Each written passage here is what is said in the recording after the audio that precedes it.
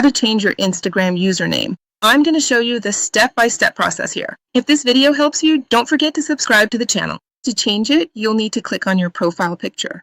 Now, go to the option to edit your profile, and that's it. You'll already see your name and your username here. You just need to erase whatever you want to remove, make your changes, basically enter whatever you want. First, you have to check if the username is available or not. In this case, my change wouldn't be available. If I add something here, let me check.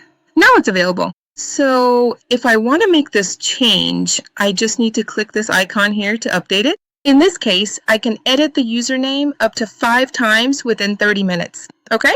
Your username will be visible to everyone, whether they're logged into Instagram or not. All right? So if you want to make this change, just do what I mentioned. Click this symbol here, click this icon, wait a bit, and you'll have changed your Instagram username. If I helped you, please don't forget to subscribe to the channel.